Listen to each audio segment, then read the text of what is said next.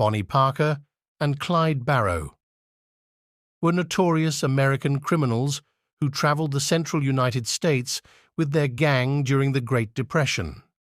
Their story has been romanticized in popular culture, making them infamous figures in American folklore.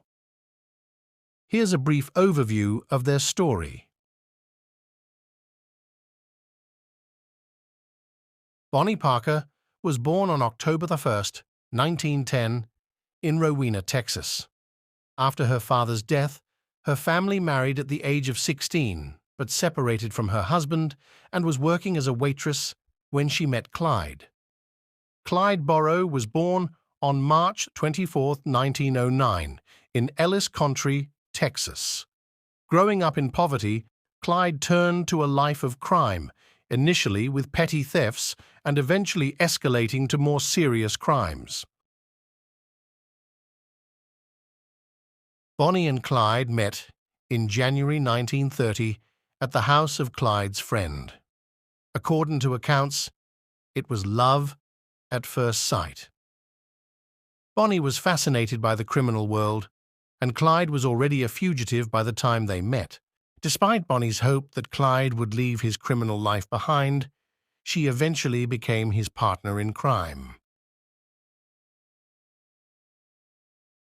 From 1932 to 1934, Bonnie and Clyde, along with various members of their gang, traveled across states robbing banks, small stores, and rural gas stations. Their criminal activities also included murders. The Barrow gang was responsible for killing at least 9 police officers and several civilians.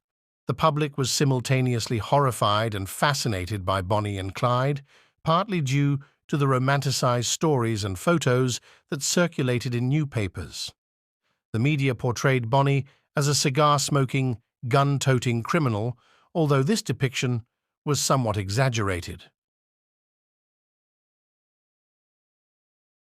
Bonnie and Clyde's crime spree came to an end on May 23, 1934, when they were ambushed and killed by police officers near Sales, Bienville Parish, Louisiana.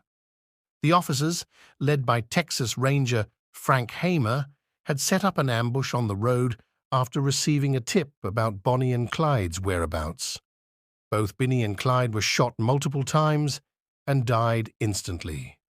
Their deaths marked the end of one of the most notorious criminal partnerships in American history.